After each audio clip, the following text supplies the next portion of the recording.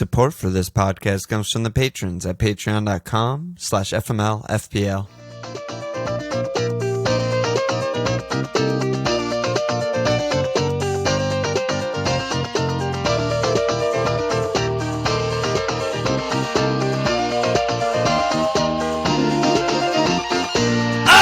Okay! Welcome to FMLFPL on the one. This one's coming at you in the middle of Gameweek 18, one match left. Double Gameweek on the horizon. Yep. Awkward Wednesday night, like very weird for us. This is the first mid-game week pod we've done this year. Maybe we used to do it, like, last year too. No, we used to do it. Sometimes we'd fuck off the Monday game. Yeah, we'd do Sunday recording, fuck off the Monday game. Yeah. But this year, there's a new first for everything. Yeah. So everything's in the balance for my team, my free hit team. So you free hit. Well, because we did the last pod was the My Life pod. Right, so it the was last actual we did was a long time ago. So yeah, the last one we did was game. The Villa game threw you upside down, right? Because you had Emmy and Jack and the thing. So yeah. So I was already pretty thin. Like I was on like 7 or 8 guys or something like that. 2 of them being, Mitchell, Brewster.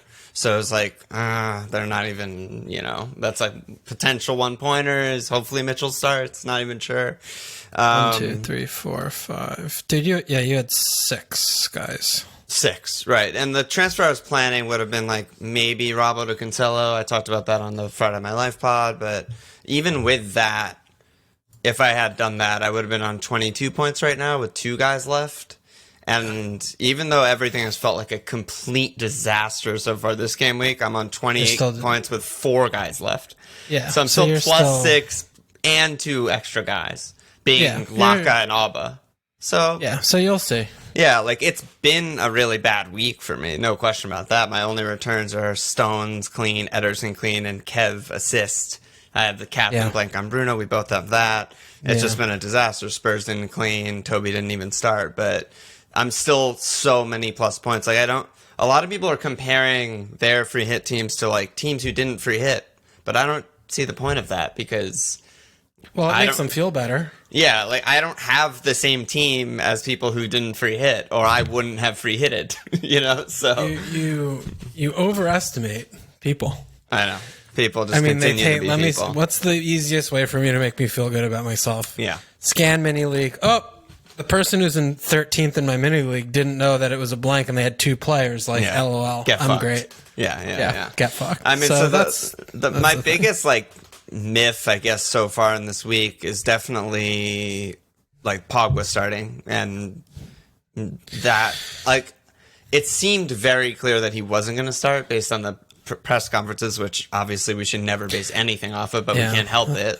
I don't know about very clear. Okay, not very clear, but he didn't finish training, and it was it's an easy fucking match. I mean, this I think is where our lack of like paying attention came in, because he's not playing the Liverpool game, right? Paul? Yeah, I don't know. I feel like McSauce and Fredgy. Yeah, they're probably like if you looked at it, maybe if we talked it through and thought about it. Yeah, maybe. Maybe we would have gotten there. Like, he'll probably play because he's not going to play that one, and then... Right. Yeah, but... I don't know. No, I mean, that's fair, but I don't know if that would have I don't know if that would have been enough for me to be like, okay, I'm not capping Bruno. Yeah. No, I agree. But if I had known that he was fully fit and whatnot, I definitely wouldn't have captained Bruno. I talked about that on the last pod, the numbers, everything, and then he put up predictably similar shit-ass underlying numbers. And it was hold on that. Let's save that for the big show. Sure. But, I mean, that's basically my week so far. So I have Saka, Obbs, Laka, Mitchell tomorrow. Poor Mitchell. I just have so much action. Triple attack versus Mitchell. Yeah, my dream is like a Mitchell assist. Yeah, fucking keep dreaming on that. In a 5-1 loss. Yeah. Okay, well, dude, Mitchell, he gave you a clean last week, so Mitchell, maybe he'll get you points somehow. And Mitchell taketh away. Okay. He's a good boy. So I mean, you did do a little bit of unconventionality on the free hit, but here we are. You know, I'm not, that stuff doesn't bother me as much as, like, I was mentioning the Bruno thing, right? Like, I went Son over Kane, missed that. That's a 50-50. Son had, 4 big chances? Yeah, I mean, on balance, it was like a 90-10 based on the game, how the game played out. Son should have outscored Kane by a lot. Callum has 2 big chances in the first half. Definitely looks like scoring. I don't know if there's a big chance for him except for a pen, though. No. Callum. Yeah, I mean, he has 8 goals. Come on. You know? Aren't those half pens? I don't know. Some of them are pens. I think half pens. Against Sheffield United, he gets 2 big chances and a half. And then Fraser fucking double yellow cards, and there's no longer a game. So there was just weird fucking annoying things. Toby doesn't start. What is that? Never started. And Moo gets what he deserves. Fucking idiot, terrible manager. Gets what he deserves. Didn't need him. Yeah, didn't need him. I mean, if Cavallero is scoring open play goals against you, you clearly didn't need Toby. The Cav. I mean, but what you said is fair. I mean, I didn't free hit, but for those that did free hit, retrospectively, you know, you got to look at your team versus what you had last week. And yeah, you know, you made the decision, you made the call. You know, it looks like most of the free hit teams did pretty well, right? They're in the 40s there around. It seems like. You know, two of the main guys that I didn't have are Rash and Kane. And the by far most capped is Kev, so that's a lot of plus points on my team. Yeah, exactly. I mean, that right there is, 16 or whatever, 15. So, okay. I didn't free hit because I had... So, I mean, I lost a couple guys with the game getting called off, but I had all the good players. Yeah. So, if I was free hitting, it would have been to, rearrange the fringes and the cheap guys, which just didn't feel like it made sense to me. So, so I took a -8 instead. I took DCL out. I took Grealish out, which is a long time coming. And I took, what's his name now? The Balbuena, who's been, holy shit, what a nightmare that he's been. I think he got me 2 points in 6 games or something. He's the Simpsons gif of just walking the bar, take your hat off, to do a spin in a circle, put the hat back on. So bad. But, so I got one B, one Bisaka in, and I got Death Row, Smith Row in, and I got Laka in for them. -2 for all of them. So, I mean, I'm getting the clean. I'm already net positive on this week. And huge. I wasn't going to do a hit in this nature if I wasn't going to set myself up for the medium term. And if I wasn't going to improve my team, what I wanted to do, double game week moving forward. So it shuffled the money around a lot. And, it upgraded that 11th spot on my team. I think, getting 1B in, and then I'm gonna do Werner, and I'm pretty set on Werner. I think I like what we talked about last week. Is he just a 1 week guy for you? 1 week punt, yeah, 1 week punt. He has home Newcastle next week.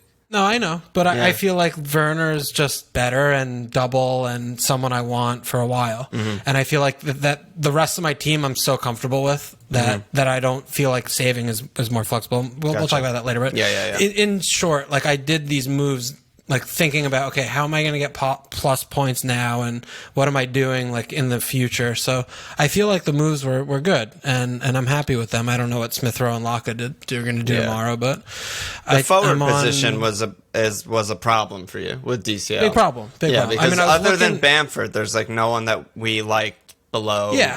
I mean, I was looking at Antonio a little bit. Is that something I want to do? But then the money got awkward because I didn't want to. It was a complicated puzzle to figure it out. And I mean, I was thinking about Ings a little bit, but when we talk about someone like Werner, who we both are hot on preseason, doesn't hit the ground running, finally play striker the last 2, I feel like those are the things that is something I feel comfortable taking a leap on, before we see it consistently or anything. Right. So that's really what the biggest reason why I did these moves was I have 1 and plus whatever in the bank to do Laka to Werner, and putting him in there and I'm gonna just ride with him for a little while and see how he does for me. In fantasy baseball, for those who have played, Walsh and I have been playing for a very long time. This is just post type. Werner is classic post type. I love a post-type sleeper. Yeah, I mean, who doesn't? Their stock plummets. Everyone agrees they're fucking great, sick, great team, great situation, great player, blah, blah, blah. Stock plummets, they are off to a disaster, and then you get them a little post-type, and no one owns him now. Yeah, and it's the thing, too, with him is, this is not his, true value. He's not a bad finisher. He's good. Yep. He's just a good player, and he's like Rashford. He keeps getting so many opportunities. Yeah. This is who Rashford is. Like, he doesn't play for 90 minutes, and then in the 91st minute, he does one thing, gets points. Like, great. Werner is really fucking good, and he will have like a 30-goal season in the Premier League if he stays for a few years. At some point, yeah.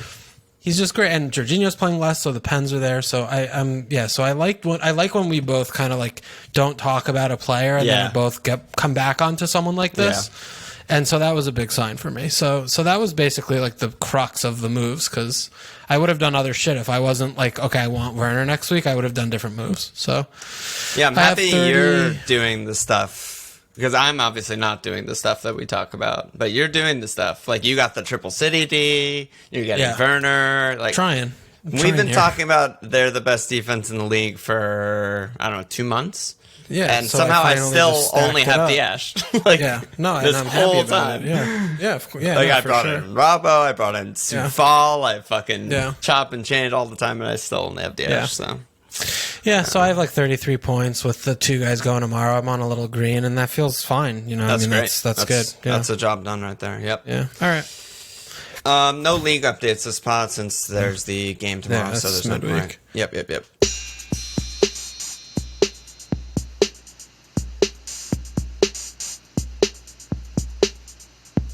All right. What do you want to dive into? Let's come back to the Bruno, because you're fucking hot in the pants with the Bruno Paul situation. So let's hear it all. So it all started with just the hypothesis of when we watch Man United together, and oftentimes we're both capping Bruno in those sorts of scenarios, we're like, damn it, he's a lot less attacking. Damn it, he's a lot deeper. Damn it, where the fuck is Bruno on the screen when they're in the final third, you know?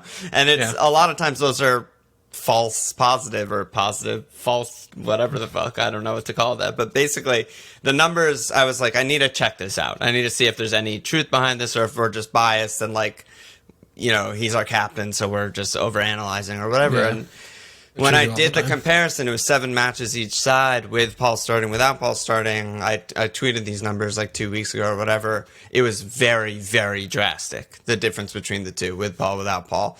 Without Paul, incredible, arguably best FPL asset in the league. Without Paul, not good. I mean, like, fine, but not good, not captainable, really. You know, and it's not a big sample size. Nothing in FPL is a big sample size, but it was very clear and it was very drastic, so it was something that I wanted to pay attention to. I tweeted it, I talked to some people on Twitter about it, I talked to you about it. I was like, yeah, I think the biggest takeaway from this is just captaincy. Like, I don't want to captain Bruno with Paul starting, because his ceiling is lower, his floor is lower, and he's less involved. And the big thing with Bruno without Paul, which makes him such a good FPL asset normally, is he's so involved. His numbers are fucking insane. All the key passes, all the shots, all the set pieces, all the fucking pens, everything. And, you know, when that goes away, it hurts him a lot. So, you know, we've always called him like an avenues player. He was designed in a laboratory for FPL points, and when Paul's in there, it's just the thing is that's awkward is it makes the team better. Yeah. But it makes him worse for FPL. Yeah. Because it makes the team better. Because without Paul, they're so imbalanced. It's Bruno do everything. Yeah. Just absolutely everything through Bruno. With Paul, they have another passer, another elite world-class passer on the pitch that can do more stuff. So, yeah, it's frustrating. Yeah. No, that's a good job by you. Yeah, that's really all there is to it. I mean, it's... I don't remember another, like, scenario like this.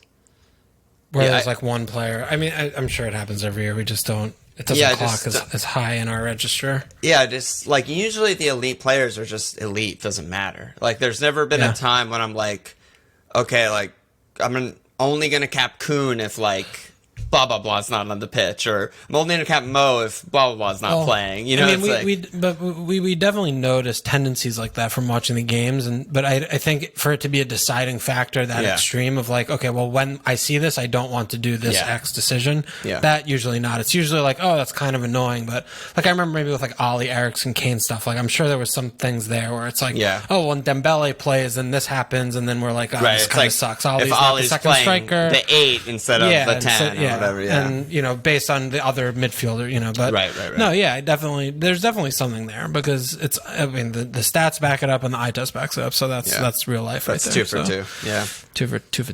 2 for 2. So yeah, that's United. I mean, yeah, they keep winning. They're doing something right. Yeah, they keep finding ways to win games. I mean, they're winning ugly, and Burnley did the Burnley thing, and United didn't look good, but the win felt like it was coming the whole game. Absolutely, from minute 10, it was like, United are probably going to win this game somehow. Burnley had like 1 or 2 chances, and otherwise just couldn't even get out of their half. So it's just good. All right. I mean, there weren't many matches. There's not like that much to talk about. You want to talk about Spurs? No. I mean, I didn't see the whole match. I just saw highlights. It seemed like they totally deserved to win and created a billion chances. But did it feel like that while you were watching?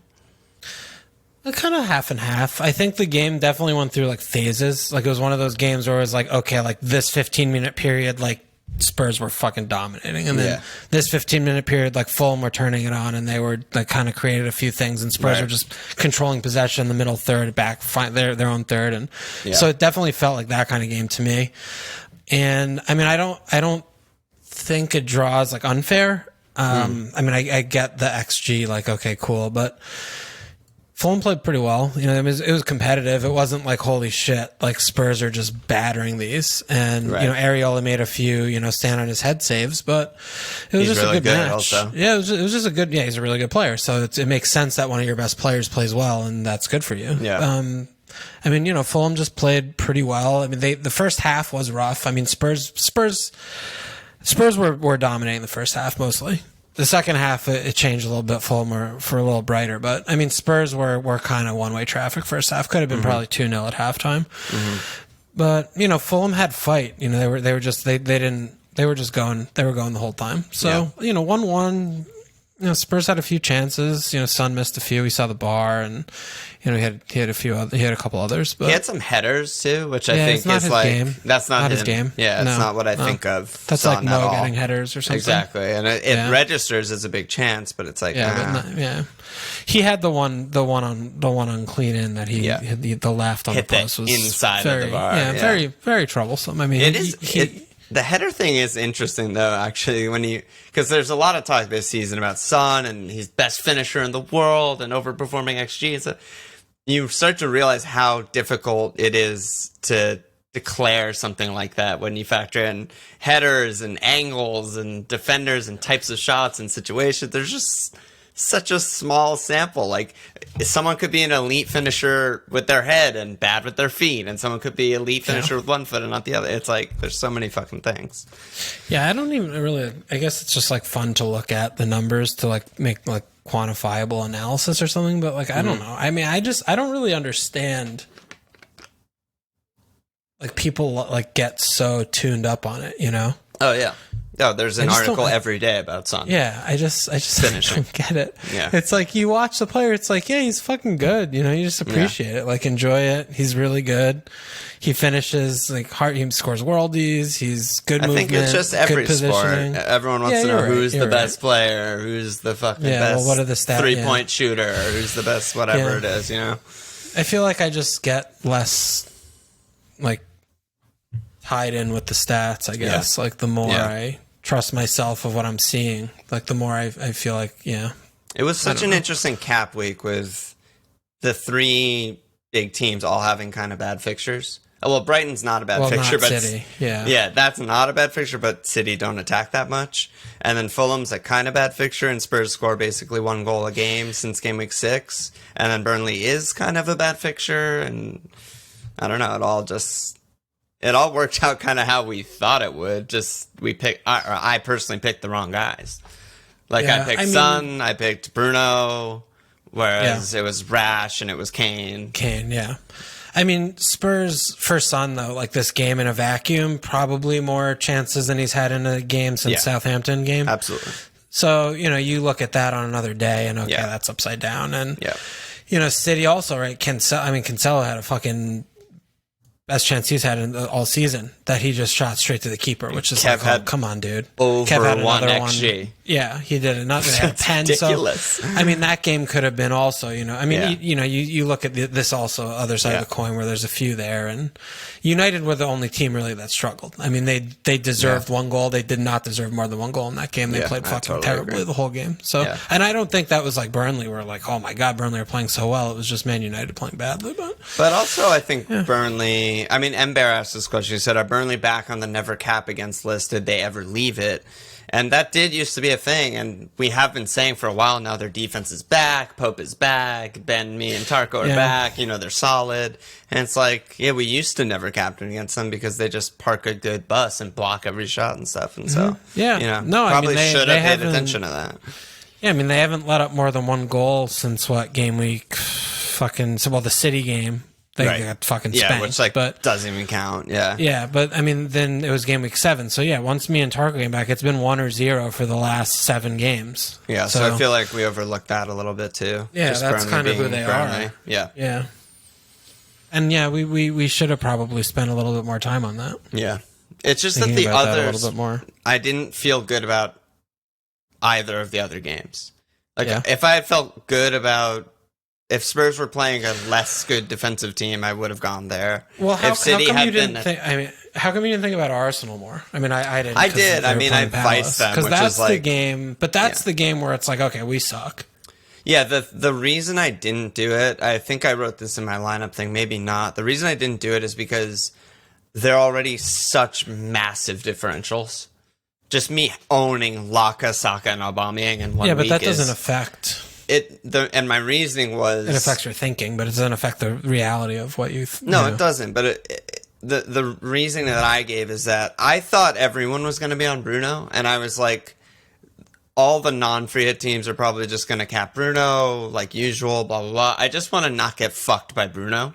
And just have my differentials be a differential. Like, that's fair. I didn't want some people who have 6 guys going get a 13-pointer from Bruno, and I captain Laka who blanks. And I'm like, fuck. But this comes back to that other thing though that we each year we talk about it is, when do you use like the community meta ownership thing to make the decision for you? And when we do that, it usually is great for us. Yeah, we always say never, but then here I am just doing it, being a pussy and doing it. We do. I had the same kind of thing where we were talking about Rashford for me, which we were like set on Rashford. Yeah, and he played just as bad, if not worse, than Bruno. So it's not like that would have been an inspired call. But the reason why I went to Bruno was I was just like, well, this is just so obvious. Like it's just so obvious. Yeah. So what am I doing? Which maybe time? That word is just, we need to just like ban that word from our vocabulary because it's really just groupthink. It's not. That's all that means. All obvious means is this is probably what everyone else is going to do. Yeah. That's all. In FPL, means. That's what it. Yeah, that's fair. So I mean, we're just spending a lot of time looking backwards. Should we spend some time looking forwards? We should probably spend some time looking forwards because no one here is going to be able to change the points they scored last week from hearing us talk about. But they could always buy yesterday's points. Heyo. So there's a double game week, big ass double game week, except for Leeds and Southampton. Smaller ass every day. And then Villa too. Yeah, we'll see. Villa, Everton's probably going to get canceled. It seems like. And then Leeds Southampton has already been postponed, so it is getting smaller by the day. It's definitely taken me from like, I'm probably going to bench boost to I'm definitely not going to bench boost territory. Yeah. So that's a thing that I'm sure a lot of people will run into. One topic we did get a bunch of questions on is captaincy, because it's a double game week, it's tough, and triple captaincy. So Pick said, how mad is it to cap a defender for the double? I'm mainly looking at City defenders, looking for some validation. Gilfy said, who's your favorite triple captain option this week, boys? And Soton sponsor said, triple cap Kev for the double game week. I'm rethinking bench boost with no double, blah, blah, blah. So, a lot of people might be triple captain this week, and there's a lot of heavy hitters. I'm looking at triple captain.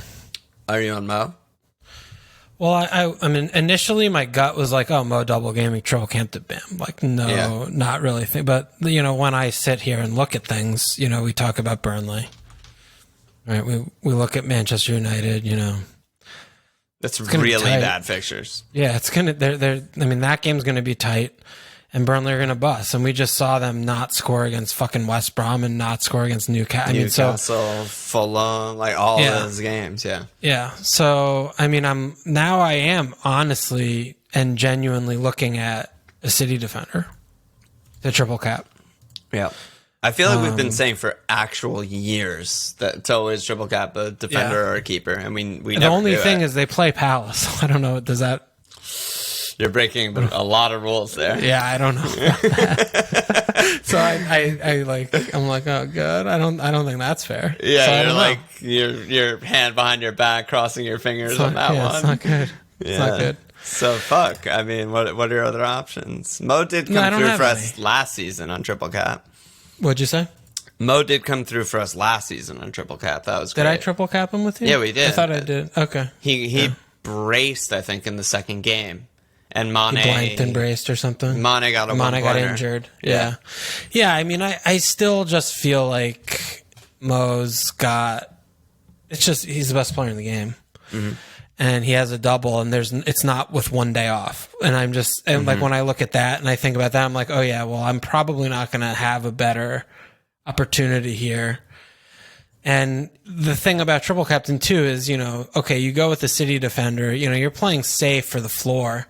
You're probably going to get, lowest like 8, Yeah, I mean, but like I want like 40. Like I want a Hattie and like fucking a brace, like that. But that's what you look for with that chip, That's why we play the game. And even though Mo has a couple tough fixtures, I mean, City did Burnley 5-0. Liverpool on their day can score 5 against fucking Burnley. So I'll probably triple captain Mo. I'll probably go there and just see what happens. I wonder if there's other teams that we don't own. Like, I'm just looking through fixtures right now. Are there other teams that we don't own someone from that are better triple captain shots? Not really. Yeah, I mean, I was thinking about Werner a little bit. I was about to say, Chelsea's this really is punty. Yeah, it's too punty. And don't the even know if fixtures he's are pretty gonna bad play. Yeah. Away Fulham is not a good attacking fixture, and away Leicester's I feel not like a great that's one either. I feel like that game they might get actually completely drawn on. Why? Because they fought. They were all in today, and I think that this is like the classic trap game where it's like, okay, free hit, got a point.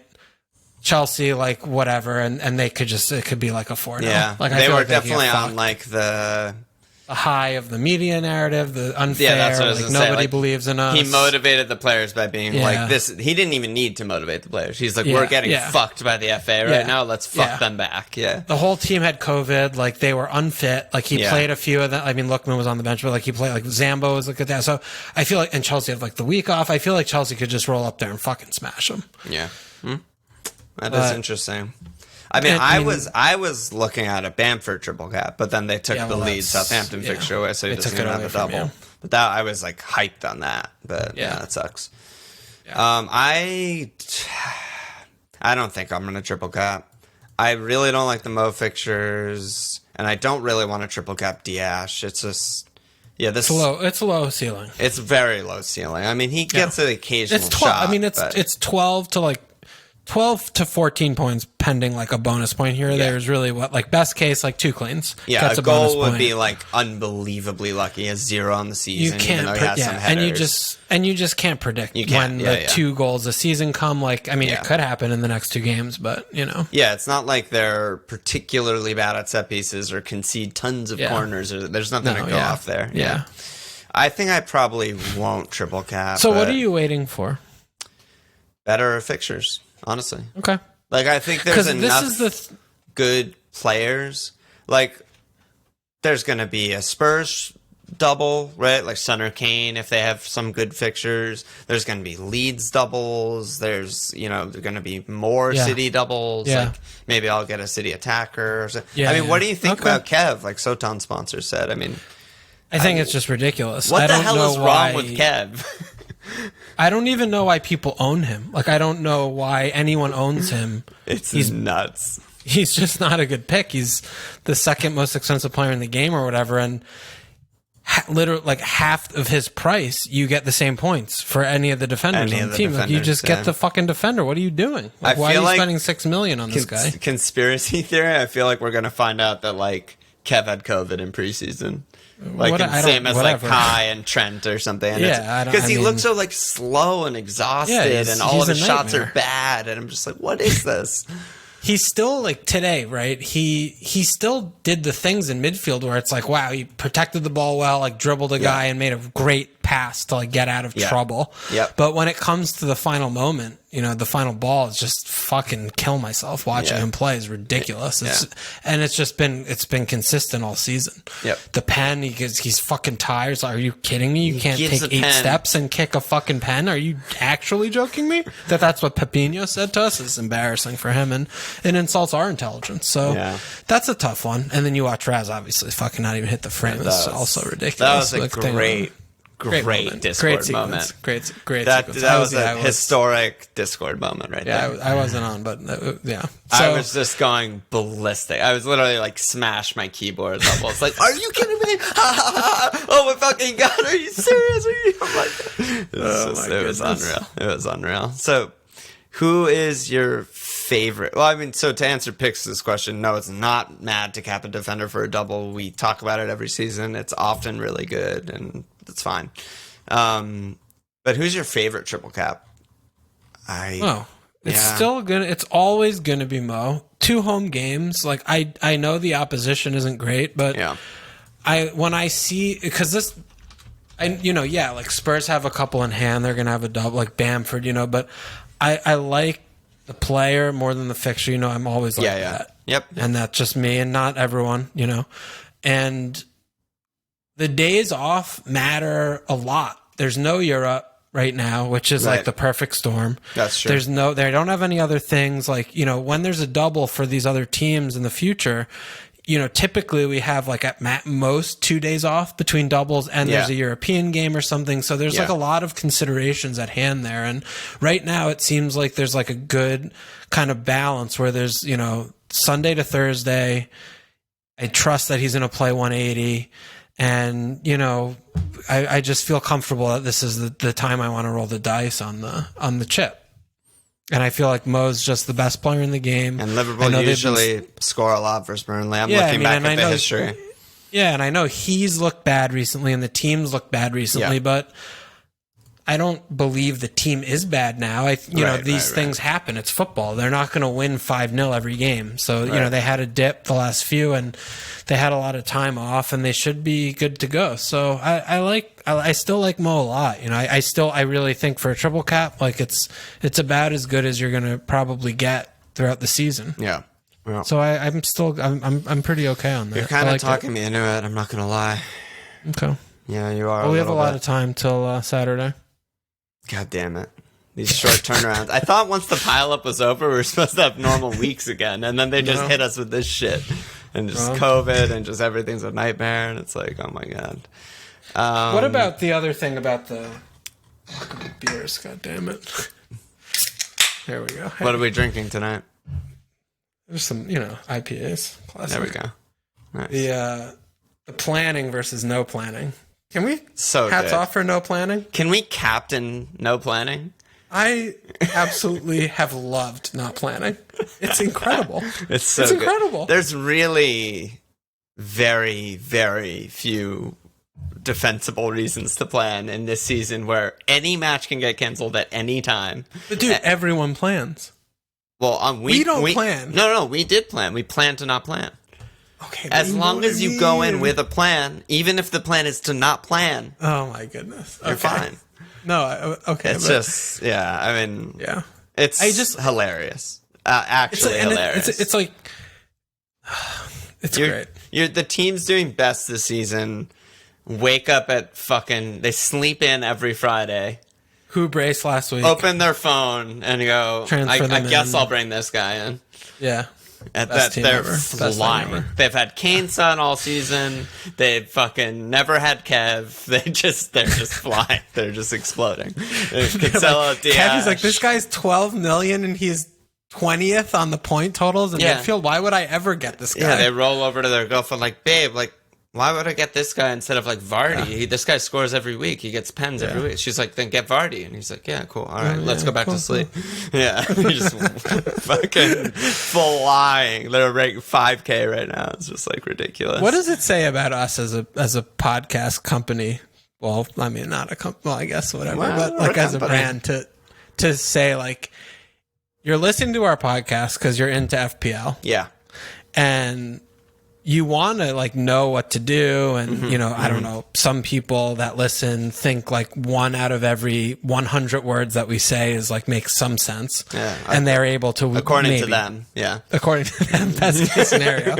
And they're like, okay, like, yeah, let me tune into FML FPL to find out like double game week, like what's good, what to do. And we're like, hey, if this is the content you're looking for, go to literally every other podcast. Yes. That seems bad to me. No, we need to get a marketing intern. We're doing to a community service, I think. It's not good. We're not going to waste your time. We're turning business down. We're not going to waste your time. No, we're not turning business down. We're a different market. Oh my God.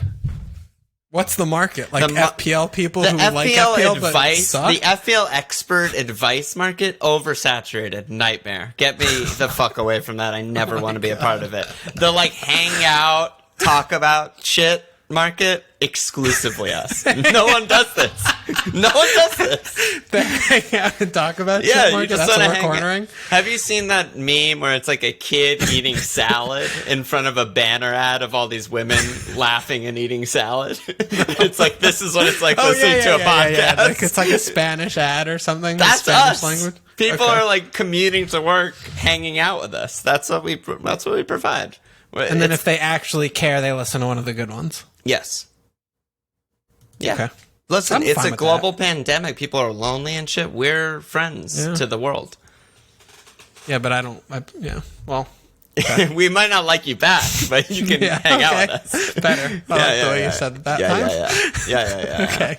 All right, let's do some questions here. Yeah, what else we got?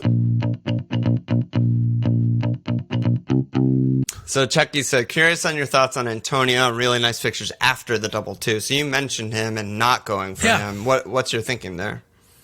Well, West Ham, bad team. I mean, from an attacking standpoint. Okay.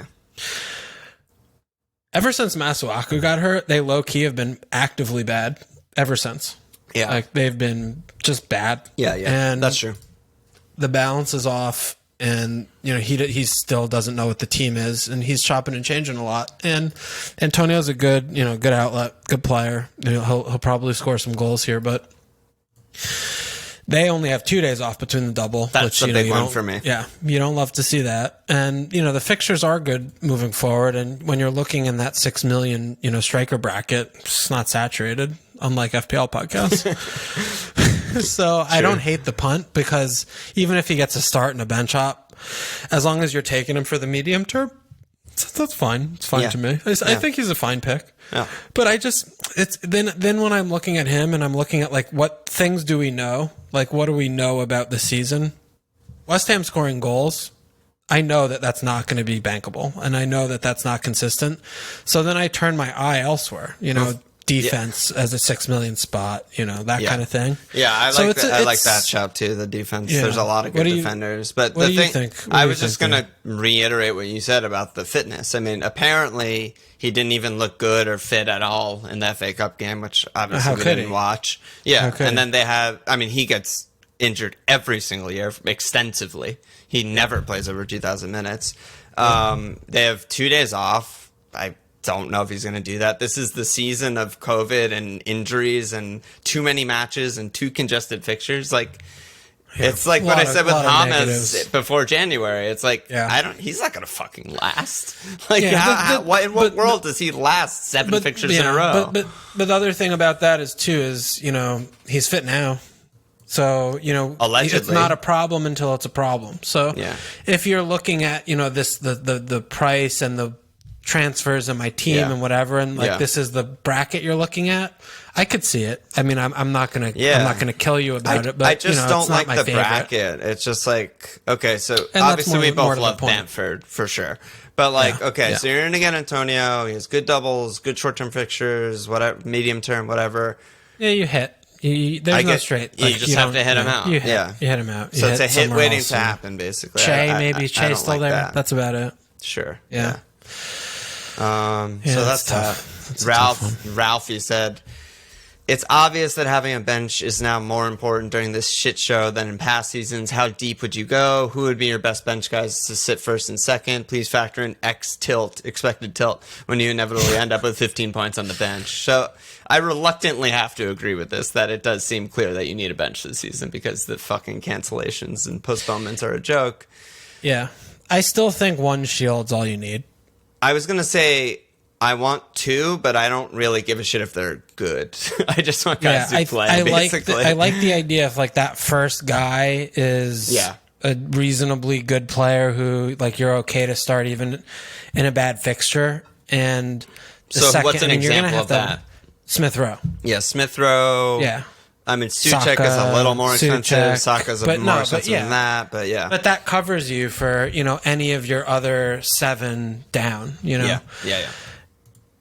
It's really only those guys. There's no like forward that's cheap enough. No, there's no good cheap. I mean, the forwards are more expensive. Yeah, and defenders usually are not like that because they're sort of fixture dependent. The cheap ones, yeah. But I mean, you can shield with like a Dyer. I don't think that's impossible at this point with our team values high. Yeah, you could put a Dyer first on your bench, and forsake. You have Brewster, Davis, or whatever, and you just stick him first on the bench. But I think in terms of going past one deep, it's like you get to the point where the players are so bad that they're playing on bad teams. It's like, what are you really hoping for? Like getting 1 or 2 points in the crisis week where a fixture gets postponed, that you get like 3 more points. Yeah. It's just too much to me. Like to plan for that or to arrange your team in that way, like you still usually get your 11 out. Like you still usually want your money on the pitch, and apocalypse crafting for the 1 week where, oh my god, like fucking Outbreak and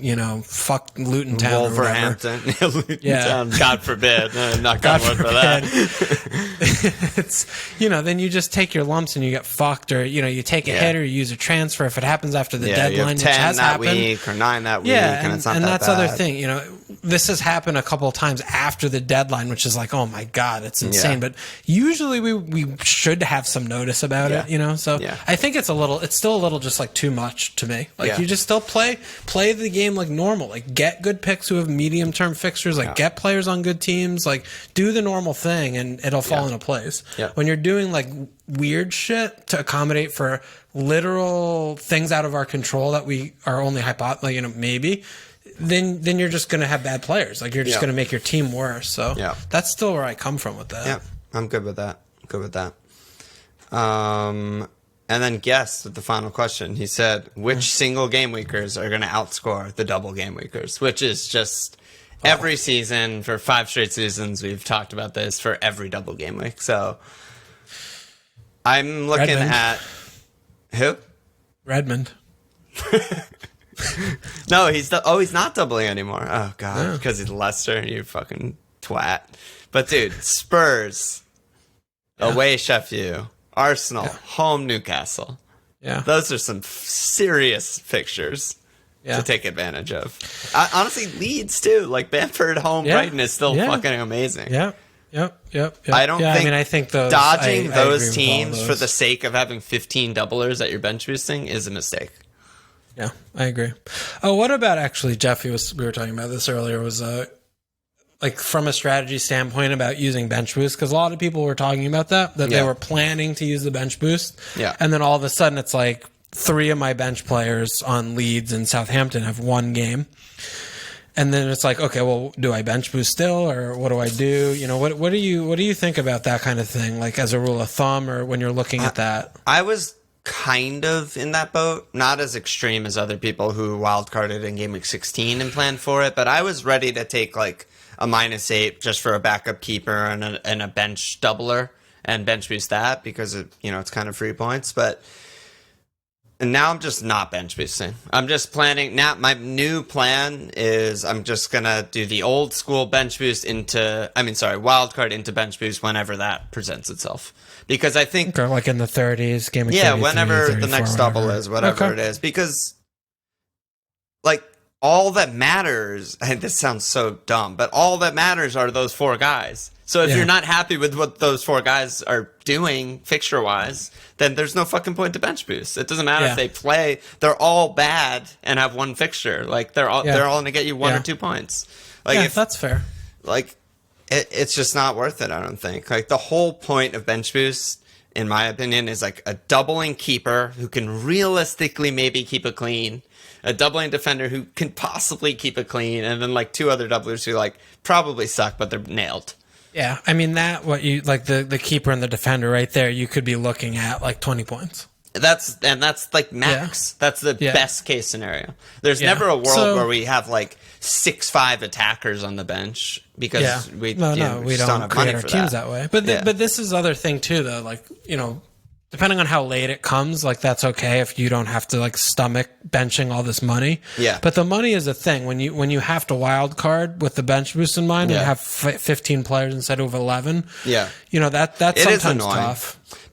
And it is annoying, but I think there's enough cheap, decent teams that there's going to be a keeper under 5. There's going to be a defender under 4-5. And there's not that big of a deal. Yeah, and there's going to be 2 mids between 4-5 and 4-8 or whatever who are nailed and just get you 4 points. So you're only spewing $1 million or so, and that's why we get $2 million. That's fair. That's fair. And that's 10 weeks from now or whatever it is. I think we'll be fine. Yeah, so that's what I think. But I still do think though, like even if you have like maybe 2 doublers and 2 single game weekers on your bench, like that's doable. It's still okay, It's still okay to do because. But honestly, I would hit in doublers. I think. Well, I don't know about it. Depends which. The context matters there. Yeah, because if you're putting 4 points into a 1 game week punt. And you're neutral just on the minutes played, like you're doing -4 and you're getting 4 points for the minutes, then like, a clean your bonus and assist a goal your bonus, but that's still punting on like a very small window, which feels like rough to me. Yeah, context matters a lot. Context matters a lot. Yeah, but these are the bench players, so these are the cheap, shitty players. So it's not like, oh, well, okay, I'll get Kevin or, Yeah. No, I was planning on... Kevin, oh my God. I was planning on a keeper and hitting out Mitchell, who's 3-9 away city for 2 doublers. And like that, to me, is so obviously worth it. And it also gives you a good long-term, like, that Mitchell replacement's like a nailed guy. Yeah, so exactly. It improves, So it's context for that, but I like aggressively going for it, I guess. Yeah. Okay. That's it. Let's go to our teams. Okay. So, what are you looking at this week? How many doublers do you have? What's your situation? I have 8. I have 8 doublers, and I'm gonna do Laka to Werner, so I'll have 9 plus Son and Bamford. That's good. No, team looks good. I expect to fly next week, especially if I'm triple captaining Mo, which I am going to do. So I should have a chunk green. I think like a 500k green is what I'm kind of expecting next week. That's a hefty green, brother. Yeah, I mean that's why I'm being dead ass here. That's what I'm expecting. I mean my team's fucking filthy. I have triple city defense. I have 1B. I have Pope, Rash and Bruno, Mo, Werner, Bamford, Son. Like it's similar to another team that I know that I co-manage. Ryan's team, Alon's brother's team, flying all the time. Oh man, that's great. What about you? What are you looking at? I have 7 doublers. My single game weekers are Kane and Son away Sheffield, Saka home Newcastle, and Bamford home Brighton. So they're all really fucking good. What about the specter of 5 doublers if the Villa fixture gets postponed?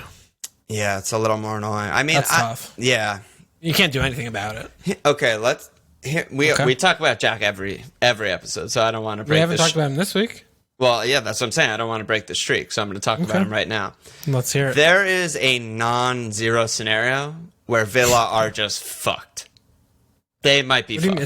It's not non-zero. It's like reasonable. Well, yeah. The thing is, my point is we don't know shit. Like, we don't know who's infected, how bad they have it, who has symptoms, what their deal is. Jack might be still in bed. That's what I mean. They have a squad that's basically 12 or 13 players long. They don't play anyone else unless they're injured. And their backups are bad, and they're not deep. And they've been pretty lucky to run those 11 or 12 guys out every single week. If they start dropping like flies, and there's guys who are just out for another month and whatever, and they have all these fixture congestion, like, they might fall off a fucking cliff. So, yeah, I mean, if this Villa Everton fixture gets postponed, I might even though I'm a Jack ultra, I might look at Jack out. Yeah, I mean, let's be honest. Obviously, I didn't talk to you about it, but this was not absent of my mind when I decided to transfer Jack out this week. Dude, you know, we don't insane. know who has we know that they have like a double-digit number. We don't know who had it, but it's like 2 weeks away from when they had the breakout that they're postponing Everton. Like, that's a bad sign. Yeah, it's not good. And they're talking about going to training on Saturday, which is still a few days removed, right? That's what was coming out then. Yeah. So the squad is very thin, like you're saying. Yes, we don't know actually who has it. You know, who has it bad versus who has it like not so bad, and yeah, it's not good. You know, when you especially it's really not good. I mean, if I'm betting my mortgage on who's patient zero, it's Jack. Fucking hell, it's Jack. I mean, maybe John Terry 1, Jack 2. Yeah. But, I mean, Jack's in and around all the COVID. They probably Eiffel Towered some sort of, COVID thing the actual virus somehow. Yeah. No, yeah, it's a big fucking thing to think about and to consider. It's a big deal. You know, that was the other thing. Like, for me, like, taking hits to get rid, is like, okay, this isn't just for right now where I'm punting to get points this week when I have a 0 and it's a -2. Yes. But I'm also, like, getting rid of Jack, who I never wanted, never want, and don't have anymore. Just a headache remove. Like, DCL still injured, that kind of thing. Yeah, so it's a major concern. The squad size thing is a thing. They mentioned this on Double Pivot. That's where I got, like, the thought of this in my head. But it's like, if this was Man United, Man City, whatever, we'd be like, whatever. Lingard they'll be fine. Yeah, Mata has to play a game. Van de Beek has to play a game. Foster Mensah has to play. Whatever, it doesn't matter. This is like Ramsey and Keenan Davis are starting. Just fucking guys we've never heard of. Neeland and Ned, and it's just like, oh my God. Like, they're the worst team in the league. They might get relegated. So it's like, it's a major, major problem. Yeah. So, yeah, I mean, once that actually happens, because it seems like it's likely to happen, then I'll consider some other stuff. Like I mentioned at the beginning of the pod, we've been talking about City best defense in the league for months, and I still only have Diaz somehow. So I would like to correct that and get a second guy. It's really good. I mean, the Chelsea goal, notwithstanding, that was really bad. But dude, I mean, you watch them play, and it's the amount of control. It's ridiculous. It's ridiculous. It's just ridiculous. From my eyes, they're by far the best team in the league. The amount of control that they have in these games. I don't agree. I know with that you don't agree. By far, but you hate your team. You hate the team you root for. That's just a you thing. I'm just a pessimist like that with all my sports teams, with good reason for Mets, Jets, etc. But yeah, the amount of control that they have in these 1-0 games that are like, it's only 1-0. It's ridiculous. They just fucking... I mean, it's still like the control too, but it's also like Pep welcoming Brighton at home and playing Bilv, Gundo, Rodri. Like, it's like, hi guys. Yeah. Like, we're here to win 1-0. Like, and he's been doing it all year. So you got to get some more defenders in there too. If there's... Because you're chasing points. Like, you're chasing making that At this point, I'm like losing points with Diaz, only Diaz every week. Because I'm getting 6 and most people are getting like 12 plus. Yeah, you gotta get some more shares there. Yeah, so I'm probably like, that's how I would use the Jack money. If this match gets canceled, then I would probably do like maybe even Jack and Emmy out for like Ederson or something, whatever it is. But I need to get another share there because it's just ridiculous. That said, it's kind of hilarious that Cancelo just cannot buy an attacker return. It'll come. It's gonna come. It's just like he was frustrating today. Honestly, watching him, it's tough. I mean, now since I owned him for a couple of weeks, like I, watch the players I own very closely. And yeah, I mean, he's a mad so good, but yeah, it's I was frustrating. saying like in chat, like he's like a little like Bruno-ish, where he like attempts a lot of really like high like risk balls and just like does like really risky shit during the game, and he gives the ball away a lot. But that's, in dangerous areas. That's good traditionally for FPL, though. You'd much rather have that than him just recycle possession back to Stones every time he gets the ball. And his balls in are usually dangerous. Like they're flat, hard, like good balls. Good balls in when he beats someone down the byline. He's good. He's just a good player. Very, very good. So Stones. He had I think one mistake today. But he was also pretty good. Dude, and he had that really nice tackle the one time, right? And we're like running through. He had that like recovery tackle. Yeah. No, I mean, City defense is just, we've been talking about it for a long time. Yeah, you got to get the players in though, dude. Yeah, I know. Yeah, okay. So Captain, you're on Mo. I'm going to triple cap him. I'll probably be on Mo. I don't know. As of now, I don't even have like another option. What about Robbo? Because the Burnley game is a good one for Robbo. Yeah, for a clean. It's just that ceiling. I don't know. The ceiling's low. What's it like? Right. Max ceiling is like 2 cleans and an 16? assist. Yeah, that would be like best possible. Yeah. I mean, it's good. I would fucking kill for that. But he could also just get 4 points. Very real. Yep, it's real. So, okay. I don't know. Yeah, that's about it, man. Let me slap some asses. We got 4 new signups. Cheers for that. We got Ray Y, Ryan Bashir, Jose Macedo, and Jack Bones, which can't be a real name because it's just too good. Slap that ass get in there. Any last words? Here we go. Double Gameweek, baby. Check us out at fmlfield.com. Follow us on Twitter at fmlfield sports. /fmlfield. Subscribe, rate, review, too.